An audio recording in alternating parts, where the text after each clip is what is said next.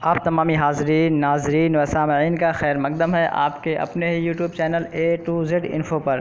दोस्तों, आज हम कुछ समझेंगे मौलाना आज़ाद नेशनल उर्दू यूनिवर्सिटी या फिर जितने भी उर्दू के एग्ज़ाम्स होते हैं उसमें ग्रामर के पोर्शंस पूछे जाते हैं। ग्रामर के पोर्शंस को अमूमन हम दो हिस्सों में बांट देते हैं। एक तो हमारा अदब का हिस्सा होता है और दूसरा कवायद का हिस्सा होता है। तो अदब में क्या होता है, शोरा के बारे में पूछे जाते हैं, असनाफ़ पर पूछे जाते हैं आपसे, ठीक है, और तसनीफ़ें पूछी जाती हैं, मुख्तलिफ़ किस्म की चीज़ें पूछी जाती है। दूसरा हमारा क्या होता है, ग्रामर का, ठीक है। तो ग्रामर और अदब ये दो हिस्सों में अमूमन हम उर्दू को बांट देते हैं। तो ग्रामर के भी बहुत सारे क्वेश्चंस हमारे बन चुके हैं और अदब के भी क्वेश्चंस बन चुके हैं और डेली बन रहे हैं। अगर आप मानू से बीएड की प्रिपरेशन कर रहे हैं या फिर और दीगर यूनिवर्सिटीज़ से बीएड की प्रिपरेशन कर रहे हैं जहाँ पे उर्दू के क्वेश्चंस बनते हैं, या फिर आप master of art in Urdu कर रहे हैं जामिया से, एमयू से, जेएनयू से, कहीं से भी कर रहे हैं जहाँ पे उर्दू के क्वेश्चंस बनते हैं, या ओवरऑल आप इंडिया में कहीं भी कोई सा एग्ज़ाम देने जा रहे हैं जहाँ पे उर्दू के सवालात बनते हैं, तो ये क्वेश्चंस आपके इक्विवेलेंट वहाँ पे काम करेंगे, क्योंकि उर्दू के सवालात जो होते हैं वो सभी एग्ज़ाम्स के लिए इक्वल होते हैं, बहुत ज़्यादा डिफरेंस नहीं होते हैं। तो ये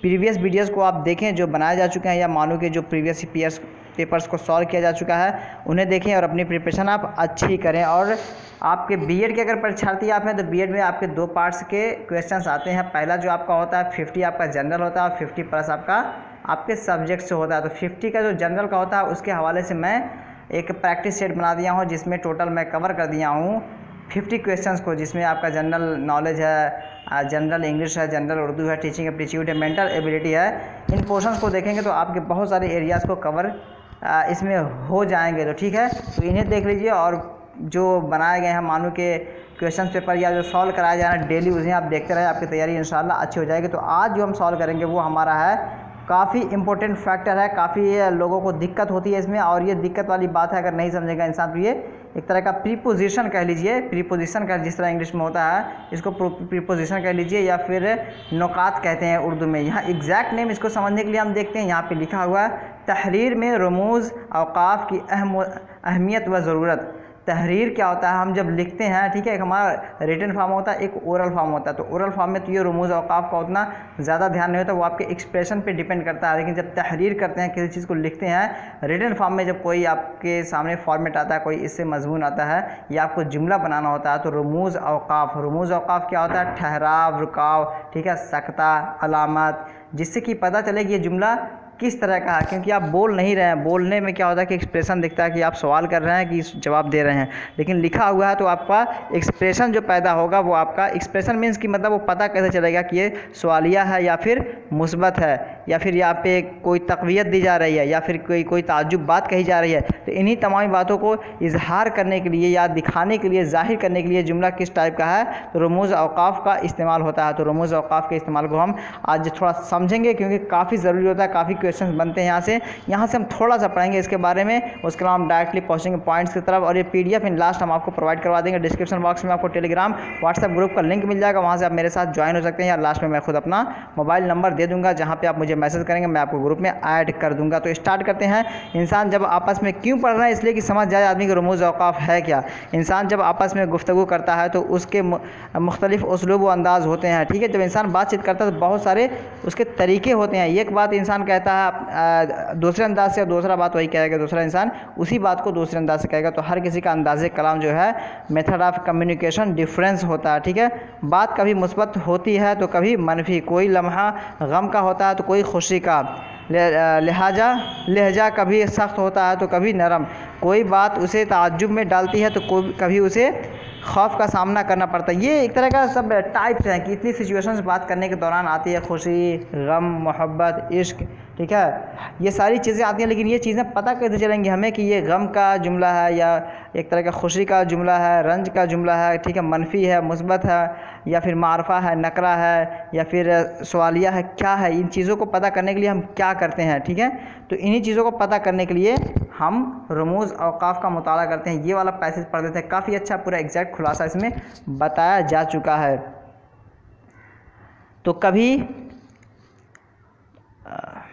कभी उसे खौफ का सामना करना पड़ता है, गर्ज की रोज़मर्रा में नरमी, सख्ती, या फिर खुशी, गम, ताज्जुब, इस्तिफ़हाम, खौफ, गुस्सा, इस तरह के नशीब व फराज और उतार चढ़ाव पाए जाते हैं। और यही हाल कलम का भी है। इसलिए कि कलम भी इंसान की खामोश ज़बान है और ज़बान के ज़रिए निकलने वाले दिली एहसासात व जज्बात का तर्जमानी भी। तो ठीक है, इंसान क्या करता है, इंसान को कुछ कहना होता तो वो तो एक तरह का एक्सप्रेशन दे देता है, लेकिन कलम के अंदर क्या है, कलम को उसको अगर आप एक सही तरीके से इस्तेमाल करेंगे तो कलम से जो आवाज़ निकलती है वो भी इंसान के दिल तक पहुँचेगी। कलम में भी इंसान के एहसास होते हैं, ठीक है, जिसे इंसान ज़ाहिर करता है वो ज़ाहिर तभी कर पाएगा जब इन तमाम रमूज़ औक़ाफ़ को सही से जानेगा और समझने वाला इन तमाम चीज़ों को समझेगा, तब समझ पाएगा कि लिखने वाला लिखना क्या चाहता है और समझने वाला समझना क्या चाहता है। इन लास्ट PDF मैं आपको प्रोवाइड करवा दूंगा और आप उसे देख लीजिएगा, ग्रुप में मैं इसे डाल दूंगा तो वहाँ पे आप लोग देख लेंगे, ठीक है, पढ़ लीजिएगा। लेकिन मैं यहाँ पे चूँकि PDF अवेलेबल है ऑलरेडी है, लेकिन कुछ लोगों को दिक्कत हो रही है समझने में, तो मैं समझा के PDF दे दूँगा, आप लोग आराम से इसे पढ़ लीजिएगा। इंसान जहाँ अपनी गुफ्तगू बात हो गई लंबी हो जाएगी चूँकि 5-6 पेज है, तो स्टार्ट करते हैं पॉइंट्स को लेकर के। यहाँ देखते हैं, आज एक तबका तो शायद रमूज़ व औक़ाफ़ के रमूज़ से वाकिफ़ ही नहीं, और अगर है भी तो उनकी रियायत आटे में नमक के बराबर है।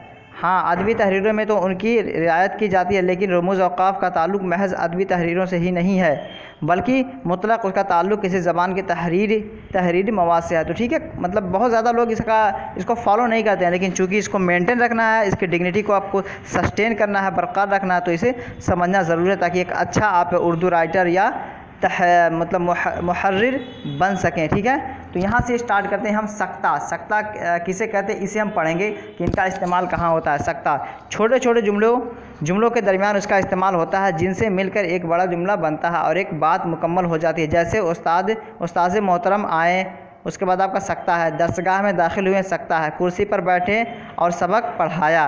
तो ये 2 सख्ता जो है यहाँ पे क्या कर रहा है, जुमले बड़े हैं लेकिन इनको छोटा छोटा करके आपको यहाँ पे एक तरह का माना पूरा दे रहा है। अदरवाइज़ इसको हम देखते हैं तो इस तरह बोलेंगे, अगर सख्ता हटाएंगे, उस्ताद मोहतरम आए और उस्ताद मोहतरम दरसगाह में दाखिल हुए और कुर्सी पर उस्ताद मोहतरम बैठे और सबक पढ़ाया, ठीक है। तो ये एक तरह का जुमला बड़ा हो जाएगा। जुमला को बड़े जुमले को जोड़ने के लिए इसका इस्तेमाल करते हैं, बहुत सारे हरूफ को हज़फ करने की ज़रूरत पड़ जाती है, तो इस तरह का इस्तेमाल होता है।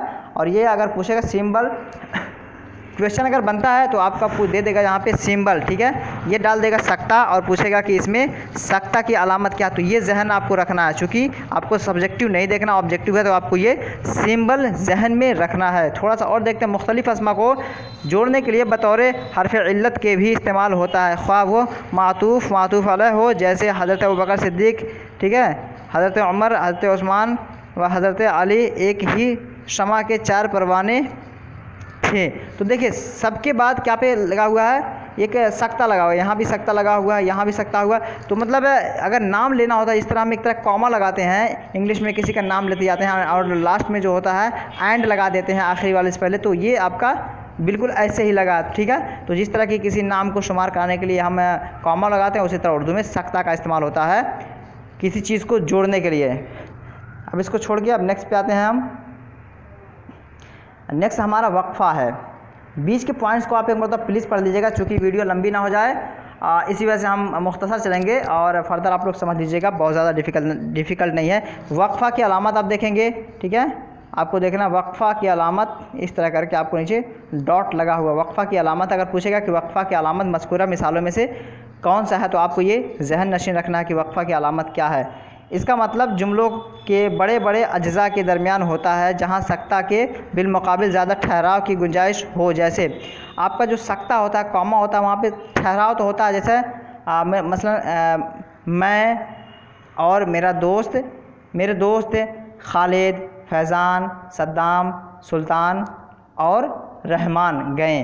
तो ये एक तरह का जो यहाँ पे है ना, खालिद, फैज़ान, रमज़ान, सुल्तान, शाबान, ये जो ये के बाद दीगर अस्मा हैं, नाउन्स हैं या संज्ञा कह लीजिए, थोड़ा थोड़ा ठहराव है, तो उसमें बहुत ज़्यादा आपका स्टॉपेज नहीं है, पाउज नहीं है, लेकिन यहाँ पे जो आपका ठहराव होगा कुछ ज़्यादा होगा। कैसे हैं देखते हैं।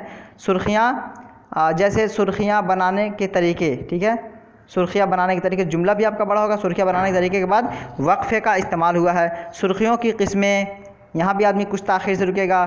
उनके लिए मतलूबा सलाहियतों, यहाँ भी कुछ देर तक रुकेगा। अखबार के ज़ीनत कारी वग़ैरह के मसाइल को इस तरह बयान किया है कि कारी को किसी खुश्की का एहसास नहीं होता, ठीक है। तो ये आपका जो वावैन है, अगर किसी चीज़ को मतलब जिस तरह की इन्वर्टेड कॉमा के अंदर, उसको अभी हम समझेंगे कि कौसैन वावैन क्या है, जिसको इन्वर्टेड कॉमा बोलते हैं, ब्रैकेट बोलते हैं, उसे भी आगे समझेंगे। तो यहाँ पे एक तरह का सख्ता और वक्फ़ा में फ़र्क यही है कि सख्ता है एक मुख्तसर वक्फ़े के लिए होता है, शॉर्ट स्टॉपेज के लिए होता है, और जो आपका वक्फ़ा होता है ये लॉन्ग स्टॉपेज के लिए होता है। ठीक है, तो ये थोड़ा सा फ़र्क है, इसे देख लीजिए। इस तरह जुमलों में वरना, इसलिए, लिहाजा, ठीक है, वरना के बाद लगाया है यहाँ पे, इसलिए के बाद, लिहाजा के बाद। तो ये थोड़ा सा अगर पूछे कि जिससे किस में हम थोड़ा किस रमूज़ अवकाफ़ में हम ज़्यादा देर तक ठहरते हैं बमुकाबिल क्या नाम है सख्ता के, तो वक्फ़ा अगर ऑप्शन होगा तो वो आपको वहाँ पे सही हो जाएगा। नेक्स्ट देखते हैं, फर्दर आप पढ़ लीजिएगा, आप सबको पढ़ेंगे तो बहुत समय लग जाएगा। राबिता, मक़ूला या कहावत वग़ैरह को बयान करने के लिए इसको इस्तेमाल किया जाता है, जैसे अल्लामा इकबाल ने कहा। तो यहाँ पे आपका लग गया क्या है, राबिता। ठीक है, देवबंदी ना फ़िरक़े हैं, ना देवबंदी ना फ़िरक़ा है, ना मज़हब, हर माक़ूल पसंद दीन दर आदमी का नाम देवबंदी है, सच है वक्त एक अनमोल सरमाया है।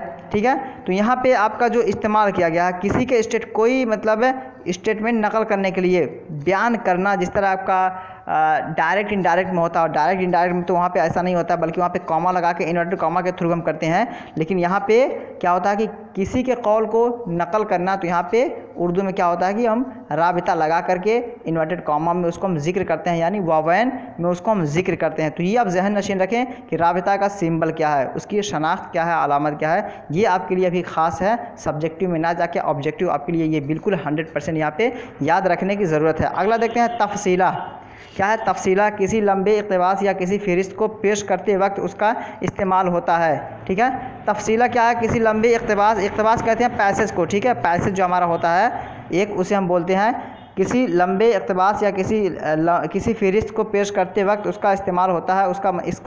उसका इस्तेमाल अब मतरूक सा हो गया, लेकिन पुरानी तहरीरों में इसका इस्तेमाल कसरत से देखने को मिलता है, जैसे हमारे मुल्क में मुख्तलिफ़ मज़ाहिब के मानने वाले रहते हैं। ठीक है, ये आपका तफसीला है। तफसीला पे अगर आप गौर करें तो तफसीला कोई बात अगर कही जाती है तो तफसील से कही जाती है। ठीक है, तो किसी लंबे इक़्तिसाब, तो जाहिर जो लंबा होगा वो तफसील से होगा। तो ये ज़्यादातर जो कदीम ज़माने में इस्तेमाल होता था, और इसका सिंबल फ़िलहाल आपको यहाँ जहन नशीन रखना है। ठीक है, ये सिंबल आपको जहन नशीन रखना है। मिसाल अगर आपको देखना है तो मिसाल आप यहाँ देख सकते हैं कि अगर कोई स्टेटमेंट इस तरह का है कि हमारे मुल्क में मुख्तलिफ़ मज़ाहिब के मानने वाले रहते हैं। ठीक है, तो उसके बाद आपका यहाँ पे लग गया तफसीला। जैसे यहाँ पे फिर आपका लग जाएगा, ये वक्फ़ा है, यहाँ पे आपको सब ध्यान में रखना है कि क्या इस्तेमाल किया जा रहा है। सब में जैसे ज़िक्र किया गया है मुसलमान है, हिंदू, सिख और ईसाई वगैरह, तो ये आपका बयान किया गया, एक जुमला दिया गया, उसके बाद ये जुमले के अंदर जिन चीज़ों को जिक्र किया गया उन्हें बताया जा रहा है। लेकिन यहाँ पे तफसीला की मिसाल ये है, और दौर जदीद में इनका इस्तेमाल बहुत कम होता है, ना के बराबर हम कह सकते हैं कि होता है। तो ये थोड़ी सी तफसील है, मज़ीद आप आगे पढ़ लीजिएगा, PDF आपको मिल जाएगा। ख़त्मा देखते हैं, एक ख़त्मा भी होता है। ख़त्मा क्या है, इस अलामत को वक्फ़ ताम भी कहा जाता है। इसे क्या कहते हैं, वक्फ़ ताम, जिसको स्टॉपेज कहते हैं। इसका इस्तेमाल बात या जुमले के मुकम्मल हो जाने पर किया जाता है, जैसे मज़हब इस्लाम अमन आलम का आलम बरदार है, हिंदुस्तान गंगा जमुनी तहज़ीब का अजीम गहवारा है। देखिए, ख़त्मा दो तरह का होता है, आपको यहाँ पे दिख रहा होगा, ऑब्लिक करके दिया हुआ है, दोनों सिंबल है। ठीक है, एक बड़ा करके थोड़ा, एक डॉट है जस्ट। ठीक है, इसको भी हम समझेंगे कि ये दोनों हैं क्या, कौन कहाँ इस्तेमाल होता है। ठीक है, मुतलक ख़त्मा बोला जाता है, लेकिन उर्दू में क्या इस्तेमाल होता है और अरबी में क्या इस्तेमाल होता है, इसे भी हम समझेंगे, क्योंकि यहाँ से भी सवाल बन जाता है। देखते हैं, यहाँ पे नोट करके लिखा हुआ है, नोट पढ़िए ज़रूर। यहाँ पे नोट ये करके बड़ा वाला जो होता है, ठीक है, थोड़ा सा बड़ा खींच के होता है। यह अलामत आम तौर पर उर्दू ज़बान में मुस्तअमल है, लेकिन अरबी व अंग्रेज़ी ज़बान में डॉट इस अलामत को इस्तेमाल करते हैं। यानी ये बड़ा वाला जो होगा किस में इस्तेमाल होगा, यहाँ पे जो दिख रहा है थोड़ा सा, यानी डॉट नहीं, थोड़ा सा खींच के। ठीक है, हाइफन की तरह होता है, कह सकते हैं इसको हम, बीच में जो हाइफन इस्तेमाल होता है उसकी तरह इसको इस्तेमाल करते हैं। तो ये कहाँ किस में होता है इस्तेमाल, ये उर्दू ज़बान में। उर्दू ज़बान का फुल स्टॉपेज के लिए हम ये इस्तेमाल करते हैं। ये जहन नशीन रखें कि उर्दू ज़बान के फुल स्टॉपेज के लिए हम कौन सा इस्तेमाल करते हैं। वहाँ पर ऑप्शन दिया रहेगा, छोटा वाला करके बनाया रहेगा, और या फिर डॉट करके दिया रहेगा। तो आपको जो थोड़ा सा हाइफन टाइप लगेगा, बड़ा हुआ, खींचा हुआ, वो आपका सही जवाब हो जाएगा। लेकिन अरबी और अंग्रेज़ी में आपका ये फुल स्टॉप जो है, इसको क्या नाम है, ख़त्मा बोलते हैं। तो ये ज़हन नशीन रखें। देखिए वावैन आ गया, ठीक है, जिसको अंग्रेज़ी में क्या बोलते हैं, इन्वर्टेड कॉमा। वावैन इन्वर्टेड कॉमा को बोलते हैं किसी मज़मून में मौजू की मुनासिबत से बेआइन ही किसी मुसन्निफ़ व अदीब के कौल या किसी किताब के इक़्तिबास को नकल करते वक्त उसका इस्तेमाल होता है। जैसे शोरश लिखते हैं, ठीक है, एक नूरानी जज़ीरा है जिसमें फ़जीलतों के आबशार बह रहे हैं। अहद सोने के पहाड़ हैं, उसके दामन में शोहदा की झील है, उस झील में चांदी का पानी बह रहा है। एक तरह की कह सकते हैं बलागत की एक किस्म है, काल्पनिक चीज़ें हैं बता कि उसको अच्छे जुमले में पिरो करके बयान किया जा रहा है। और सोने की मौजें उछल रही हैं, टीपू सुल्तान फरमाते हैं, ठीक है। यहाँ पे आप देखेंगे आप, तो यहाँ पे दिया हुआ है, यहाँ पे ये एक यहाँ पे दिया हुआ है आपका, और एक आपका यहाँ पे दिया हुआ है। इन दोनों को देखेंगे तो ये पूरा जो स्टेटमेंट होता है ना, जैसे किसी का स्टेटमेंट है, तो इन दोनों स्टेटमेंट को बयान करने के लिए जो हम इस्तेमाल किए हैं वो हमारा क्या है, ये इन्वर्टेड कॉमा है। एक मिसाल और आगे देख ले रहे हैं, जैसे कि यहाँ पे दिया है टीपू सुल्तान फरमाते हैं यहाँ पे, फिर उसके बाद यहाँ पे गीदड़ के 100 साल ज़िंदगी से शेर की एक दिन की ज़िंदगी बेहतर है। तो ये इन्वर्टेड कॉमा के अंदर जिक्र किया गया है। तो आई होप कि ये आपको सिंबल याद रखना है, और मानों में अगर पूछा जाएगा तो ये सिंबल ही पूछा जाएगा, ठीक है। या अदर एग्ज़ाम्स में भी सिंबल ही पूछा जाता है। सिंबल आपको पता है तो आप इसको भी देख लीजिएगा, थोड़ा सब्जेक्टिव आपको फ़ायदा ही करेंगे इन फ्यूचर। नेक्स्ट देखते हैं फ़िजाइया व निदाइया। इस सिंबल को फ़िजाइया एक्सक्लामेटरी सेंटेंस बोलते हैं, एक्सक्लामेटरी सिंबल भी इसको बोलते हैं अंग्रेज़ी में। फ़िजाइया निदाइया में होता क्या है, किसी ख़ास कैफियत और जज्बे के इजहार के वक्त यह अलामत लगाई जाती है, जैसे हैरत, खौफ, गुस्सा और हक़ारत वगैरह के वक्त इसका इस्तेमाल होता है। ऐसे ही जज्बे की शिद्दत में कमी व बेशी के एतबार से एक से ज़्यादा अलामतों का इस्तेमाल भी होता है। मतलब कोई सिचुएशन हो, जैसे हैरत में हो, सरप्राइज़ में हो, खौफ में हो, आप डर रहे हैं, गुस्से में हैं, हक़ारत हैं, तो इन चीज़ों को हम लिखने की सूरत में कैसे ज़ाहिर करेंगे। तो लिखने के बाद क्या सिंबल इस्तेमाल करेंगे, यहाँ पे आपको याद रखना है फ़िजाइया व अलामत फ़िजाइया व निदाइया क्या हैं। अलामत फ़िजाइया व निदाइया क्या है, डायरेक्टली आपको ये आई, जिस तरह आइडिया है ना, आपका आइडिया लिखा जाता है, an idea can change your life, तो आइडिया में आई जो नीचे लगा देता है, बस मान लीजिए, ठीक है। जैसे यहाँ पे दिया सुबहान अल्लाह लगाया, फिर ठीक है, बहुत खूब, माज़अल्लाह, पनाह, खैर लेता हूँ, बस करो, ठीक है, रहने दो, फ़िरक़ा वारियत और मुल्क की तरक्की, ठीक है। तो ये जो आपके सिंबल्स यूज़ किए गए हैं सिचुएशन के हिसाब से आपको सब पता चलेगा कि इसमें क्या कहा जा रहा है। माज़अल्लाह एक तरह की मुसीबत आ जाए, सुबहान अल्लाह खुशी के आलम में, बहुत खूब एक तरह का मतलब सरप्राइज़ हो तो उसमें आदमी कहता है, ठीक है, अल्लाह पनाह यानी अल्लाह की पनाह मुसीबत के वक्त, खैर लेता हूँ किसी से मतलब पनाह चाहना, मांगना, बस करो, ठीक है। ये एक तरह का सब में एक्सप्रेशन पाया जा रहा है। अब इसी को एक फ़िजाइया और इसी को एक निदाइया कहते हैं, ठीक है, लेकिन सिंबल दोनों का एक है। क्या है देख लेते हैं। निदाइया में क्या कहा जा रहा है, निदाइया में कहा जा रहा है खिताब के वक्त इसी अलामत को निदाइया कहा जाता है, जैसे बच्चों, ठीक है। और ख़िताब जब होता है, जैसे कि आप लोग बीएड में जाइएगा, एडमिशन हो जाएगा, या जो लोग बीएड कर लिए हैं, एमएड कर रहे हैं, उर्दू की प्रिपरेशन कर रहे हैं, तो वो कर चुके होंगे। जो लेसन प्लान बनता है उसमें तमहीदी गुफ्तगू हमारा होता है। तो तमहीदी गुफ्तगू में हम क्या करते हैं, बच्चों को खिताब करते हैं, तमहीदी सवाल होता है या तमहीदी गुफ्तगू होता है, तो हम इसी तरह करते हैं, बच्चों बताओ फ़लाँ फ़लाँ फ़लाँ, ठीक है। आगे की बातें होती है तो बच्चों का नाम लेकर के हम मुखातिब जब करते हैं किसी चीज़ को, तो हम ये कह सकते हैं कि ये जो हमारा अलामत फ़िजाइया है इसका इस्तेमाल करते हैं। तो ये एक तरह का दो सूरत में इस्तेमाल होता है, एक तो ताज्जुब की हालत में, या फिर किसी को खिताब करने के लिए भी इसका इस्तेमाल होता है। तो ठीक है, यहाँ पे दो चीज़ों के लिए इस्तेमाल हो गया आपका, बच्चों, मेहनत, मशक्क़त, अदीब और वक्त की कद्र तुम्हें सितारों से आगे पहुँचा सकती है। तो ये जुमला होगा, बच्चों को खिताब किया जा रहा है यहाँ से। तो खिताब करने के लिए मतलब एड्रेस करने के लिए किसी को ये इस्तेमाल होता है। नेक्स्ट देखते हैं, सवालिया। कुछ पूछने या दरियाफ्त करने के वक्त इस अलामत का इस्तेमाल होता है। इसे तो बताने की ज़रूरत ही नहीं है, इसमें कोई जिक्र करने की ज़रूरत ही नहीं, ठीक है। ये फ़र्क इतना है कि उर्दू में लिखेंगे तो ये आपको ऐसे लिखा जाएगा, और इंग्लिश का होगा तो ऐसे होगा, तो लैंग्वेज का डिफरेंस है। हाँ, ये सवाल बन सकता है कि इसमें से सवालिया अलामत क्या है। अगर ये ध्यान रखना है आपको कि अगर उर्दू का 10 नंबर का क्वेश्चन है या उर्दू 50 नंबर का क्वेश्चन है या उर्दू का कोई सा भी सब्जेक्ट आप दे रहे हैं और अगर पूछेगा कि सवालिया अलामत का कौन सा है इसमें और ये दोनों आपका दिया रहे तो आपको क्या आंसर करना है। काफ़ी मतलब एक तरह का क्रिटिकल है ये। आप सोचेंगे चलिए इंग्लिश वाला मार देते हैं इसलिए कि ये भी तो है, लेकिन नहीं, यह आपका वहाँ पे नहीं होगा। अगर उर्दू के हवाले से पूछा जाएगा तो सारी बातें, सारी अलामतें, सारे रमूज़, औक़ाफ़, सिम्बल्स, इंडिकेशंस या प्रीपोजिशंस जो होंगे सब उर्दू ही के हिसाब से आपको बताना है। तो उर्दू की रस्मुल ख़त क्या है, ऐसे लिखते हैं, यानी हम राइट टू लेफ़्ट जाते हैं तो राइट टू लेफ़्ट में जो हम क्वेश्चन मार्क लगाते हैं इस तरह लगाते हैं। तो ये आपको बताना है, ये आपका यहाँ पे गलत हो जाएगा। ये अंग्रेज़ी का अगर है वहाँ पे पूछा जाएगा question symbol, question word symbol, तो आपको वहाँ करना है। तो ये आप जहन नशीन रखिए कि अगर ऐसा पूछा जा रहा है तो आपको क्या आंसर करना है। ठीक है, थोड़ा सा नोट पढ़ेंगे। नोट में क्या कहा जा रहा है? नोट में कहा जा रहा है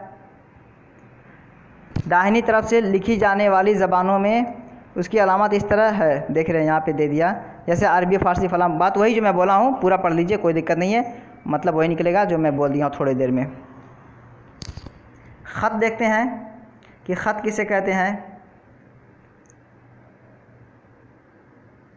ये ख़त आपका जो जुमले मुतरज़ा के लिए इसको काम में लाया जाता है, जैसे जगन्नाथ आज़ाद और फ़िराक गोरखपुरी का कहना है अगरचे उनकी अपनी राय है कि अल्लामा इकबाल शायर इस्लाम नहीं बल्कि शायर आज़म थे। ठीक है, तो ये एक तरह का जो स्टेटमेंट यूज़ होता है जिसको हम हाइफन कहते हैं, कह सकते हैं यहाँ पे। ठीक है, हाइफन। ठीक है, कि कोई कहता है तो हाइफन लगा देते हैं, यानी किसी का स्टेटमेंट है अगरचे उनकी अपनी राय है। यानी फ़िराक गोरखपुरी का कहना है अगरचे उनकी अपनी राय है, यहाँ पे अगरचे अपनी पूरी राय में यहाँ पे छोटा सा लगा हुआ है, दिख रहा होगा आपको, थोड़ा थोड़ा छोटा। ठीक है, तो यहाँ पे लगा हुआ, उसके बाद स्टेटमेंट पूरा जो है ये अल्लामा इकबाल के बारे में कहा गया। तो ये एक तरह का जुमले की शुरुआत के लिए लगाया जाता है। कौसैन देखते हैं, कौसैन क्या होता है आपका, एक तरह का ब्रैकेट होता है। ठीक है, ये ब्रैकेट को कौसैन बोलते हैं, कौसैन और वावैन में बच्चे कंफ्यूज होते हैं, तो मैं सोचा कि इस डाउट को थोड़ा क्लियर कर दूं। ठीक है, तो आई होप कि आज के बाद ये क्लियर हो जाएगा। इसका काम भी तकरीबन वही है जो ख़त का है। ठीक है, हाँ, किसी गैर मानूस लफ्ज़ की वजाहत के लिए आम तौर पर कौसैन ही का इस्तेमाल होता है, जैसे अनार। ठीक है, दारुल उलूम देवबंद इस्तेमारियत से आज़ादी की जंग का ऐलान भी था और अपने कौमी मजहबी तहजीबी तशख़्ख़ुस के बका के जद्दोजहद का आगाज़ भी। यहाँ इतना तफसील आपको नहीं जाना है। ठीक है, आपको अगर जाना है तो बस इतना जाइए कि जिस तरह आपको मान लीजिए कि एक वर्ड आप लिख रहे हैं, जिस तरह आपका मानू में अगर एडमिशन हो जा रहा है तो आपको उर्दू में अगर दिक्कत होती है तो उर्दू हम लिखने के बाद अगर हम अच्छे से डिफ़ाइन नहीं कर पाते हैं किसी चीज़ को, ठीक है, जैसा कि कहते हैं हम ना कि तसव्वुर आप लिख रहे हैं यहाँ पे, आप इसको अच्छे से डिफ़ाइन नहीं कर पा रहे हैं कि हम क्या कहना चाह रहे हैं या अगला समझ पाएगा कि नहीं, तो कॉन्सेप्ट लिख दीजिए इंग्लिश में। कॉन्सेप्ट आप जो लिखते हैं तो कॉन्सेप्ट लिखने के बाद आप ब्रैकेट लगा देते हैं ये। ठीक है, तो यही आपका है। ठीक है, ब्रैकेट जो होता है ये आपका है किसी मतलब चीज़ के जानिब ख़ास तरीके से इस्तेमाल करने के लिए, इसका दर्शाने के लिए इसको इस्तेमाल किया जाता है। कौसैन हो गया। नुक्ते देखते हैं, नुक्ते का इस्तेमाल कहाँ होता है।